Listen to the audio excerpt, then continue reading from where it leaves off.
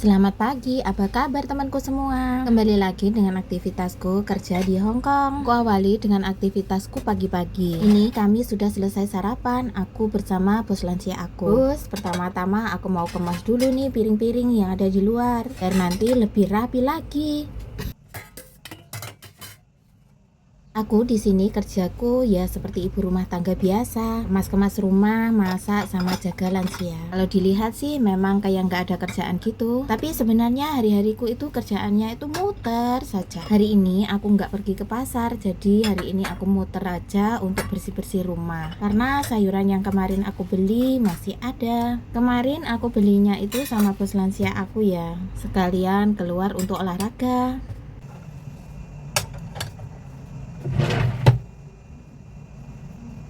Jangan bosan-bosan ya lihat aktivitasku kerja di sini. Aktivitas sebagai asisten rumah tangga di Hong Kong.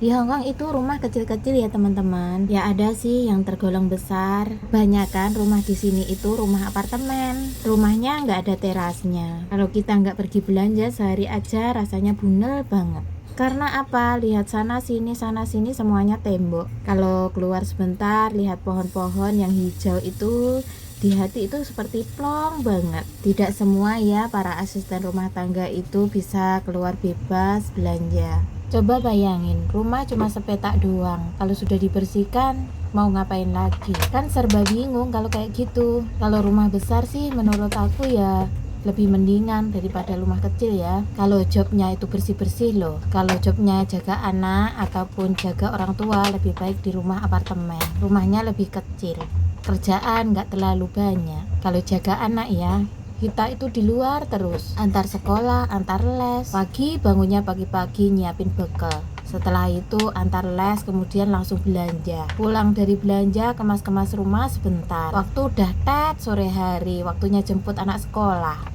Setelah jemput anak sekolah, biasanya langsung antar les. Kalau jaga anak di Hong Kong itu memang ribet, banyak sekali jadwalnya. Anak-anak di sini kan kebanyakan lesnya. Sekolah aja pulangnya sudah jam 4. Pokoknya waktu di rumah itu cuma sebentar banget tuh anak-anak. Tapi sebagai asisten rumah tangga hari-hari itu terasa cepat.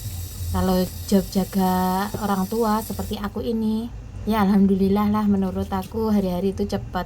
Tapi kadang-kadang perasaan bosan itu adalah, namanya juga manusia ya. Kalau diingat lagi, ngapain juga di rumah kalau nggak ada kerjaan. Mumpung kerjaan itu nyantai, nyaman, ya lebih baik bertahan aja dulu sambil sedikit-sedikit ngumpulin duit. Kan gitu teman-teman. Usiaku pun sudah nggak muda lagi. Pasti proses awal pun juga sulit banget ya, tapi nggak ada sih impian untuk selamanya di sini. Pingin di masa tuaku nanti di kampung halaman, full sama keluarga kecilku. Nah teman-teman, aku mau persiapan lipat-lipat plastik sampah ya. Plastik sampah di sini itu hadiah dari apartemen. Setiap bulannya dapat 1 bungkus. Ya sebenarnya sudah tertata rapi, tapi mual kayak gini. Ngambilnya susah teman-teman. Jadi sambil menyibukkan diri lah, aku mau lipat-lipat plastik sampah ini. Aku pisah satu-satu, biar ngambilnya itu lebih enak. Aku nih sudah kayak orang tua aja ya. Lihat plastik-plastik aja sudah aku simpen-simpen. Sebenarnya memang aku tuh sering banget gunain plastik ya untuk ngumpulin sampah, karena setiap hari sampah di sini tuh harus dibuang keluar. Kalau nggak gitu banyak sekali kaca. Kaca itu bahasa Hong Kong teman-teman. Kalau bahasa Indonesianya ya kecoa gitu loh. Terdengar hampir sama ya, maknanya juga sama kok. Nah ini dapat dari apartemen itu seperti ini, mual jadi satu, lipatan banyak dilipat gitu doang. Jadi untuk ngeringanin pekerjaan aku ya, aku lipat-lipat satu-satu kayak gini. Mumpung ada waktu luang ya. Bosku lagi nonton TV, aku lagi malas untuk ikut nonton TV. Alhasil ya cari kesibukan. Orang Hong Kong itu enak ya, usia sudah menginjak 75 tahun pasti sudah dikasih uang sama pemerintah. Di bawah apartemen sini banyak sekali orang tua yang duduk-duduk jagong di sore hari. Kapan-kapan kalau waktu pergi pasar aku tunjukin ya teman-teman. Mereka itu sudah pensiun, sudah dapat uang dari pemerintah. Lumayan loh, uangnya itu banyak, sekitar 8.000 kalau nggak salah. Bayangin 8.000 itu berapa? 16 juta. Buat hidup mereka aja bisa lebih. Tapi kalau orang yang suka foya-foya ya cepet habis. Apalagi yang suka main itu loh, beli lotre balap kuda, walah uangnya cepet habis. Bos lansia aku tuh dulu seneng banget beli lotre. Lama kelamaan diseneni sama anaknya. Wong beli terus loh, hari-hari itu beli terus. Bayangin meskipun cuma $20 loh, kalau peng seminggu wis piro ae ya Mbak Besti. Alhamdulillah mari diomongi anake wis manut saiki. Aku pertama di sini itu dia itu banyak sekali dramanya. Senangnya dia itu beli-beli hal-hal yang gak jelas. Padahal kalau main lotre juga nggak pernah dapat. Ngono kok cek demen. Sampai saiki kalau ada balap kuda di TV ya mesti nonton sampai tengah malam. Kalau di sini kan ditayangin secara live di stasiun TV kan. Kalau sampai setengah malam itu aku ya nggak mau nemeni dia nonton TV. Aku masuk kamar telepon anakku kayak gitu. Dia nonton TV sendiri. Dari awal sudah aku biasakan kalau aku tuh malam waktunya rehat ya aku telepon anak. Untung ya Mbak Mesti, meskipun dia itu lansia, dia itu nggak pernah minta pijat lah, rendam kaki lah, itu nggak pernah banget. Tapi ya namanya juga orang tua ya, di sini dikasih salep untuk kakinya. Udah anjuran dokter setelah mandi disalep gitu loh. Salepnya itu kayaknya itu untuk kejuling linu kayaknya. Yang panas di tangan. Padahal kalau ngolesin aku selalunya pakai selontong ya, tapi tembus juga deh rasanya. Untung nggak tiap hari, sama dokter cuma habis mandi doang. Dia itu nggak mau mandi tiap hari, beberapa hari sekali baru mandi. Katanya kayak gini kalau disuruh mandi, wah nggak pergi mana-mana kok mandi terus kayak gitu dari. Asli ini ya malas mandi karena terlalu gemuk kali ya. Nah wes ngelantur aja ngomongin mbahku. Nah Mbak Besti, ini aku cuci baju manual ya. Sebenarnya ini sudah aku cuci tadi malam. Terus kemudian paginya terus aku rendam sama multo. Sekarang matahari sudah mentar-mentar. Aku mau tus dulu di sini. Harus ditus ya Mbak Besti, kalau nggak gitu airnya jatuhin dek rumah orang, dimarahin orang, nanti dikomplain kayak gitu. Kalau orang sini ngomplainnya itu mesti lewat security. Terus habis gitu security naik ke atas dodok pintu. Kalau nggak dodok pintu biasanya itu nulis kertas terus dimasukin ke dalam kotak surat yang ada di bawah. Di bawah apartemen itu kan ada kotak surat, setiap rumah itu ada kotak surat dan juga nomor rumahnya. Yang penting kerja di luar negeri itu ya harus hati-hati. Dek sini itu toleransi yang utama ya Mbak Besti.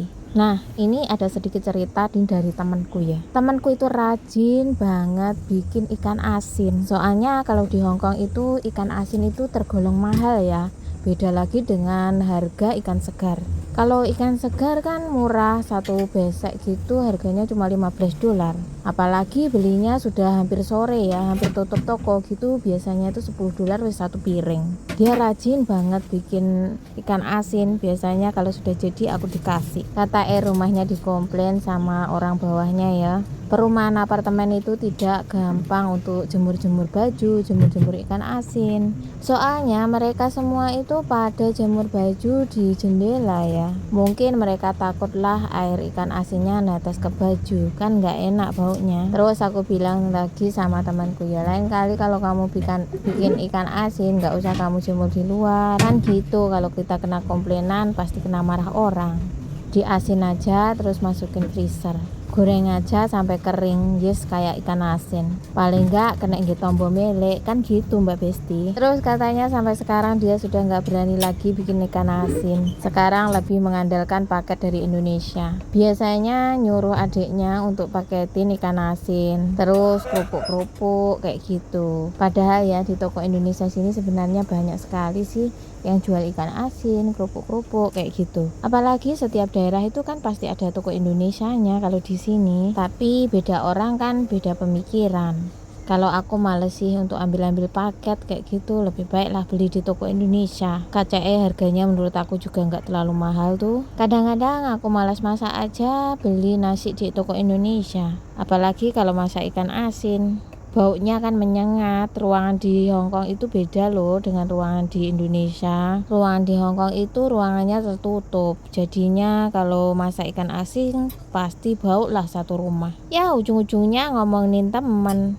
Nggak apa-apa ya Mbak Besti, ngomongin ya ngomongin yang baik-baik doang, nggak ngerasain yang jelek. Nah kembali aja ke tema ini ya teman-teman, aku cuci bajunya aku ikat-ikat kayak gini biar bajunya itu nggak terbang jatuh ke bawah. Kalau jatuh itu kebanyakan mesti hilangnya itu jatuhnya kadang nyangkut di atas pohon kayak gitu, nggak bisa ngambil. Kadang nyasang di balkon, nggak bisa juga ngambil, harus laporan security dulu baru bisa ngambil. Pokoknya ribet banget deh di sini. Intinya kalau jemur-jemur ya harus hati-hati, jangan sampai jatuh lah kayak gitu. Nah nih Mbak Besti, tinggal handuknya aja aku cerantelkan ya. Seperti inilah kegiatanku hari-hari ya Mbak Besti. Ini sudah agak siangan, aku mau siap-siap untuk masak-masak ya buat makan siang. Nah, terima kasih ya teman-teman sudah menyaksikan video aku. Sampai jumpa di videoku selanjutnya. Bye bye.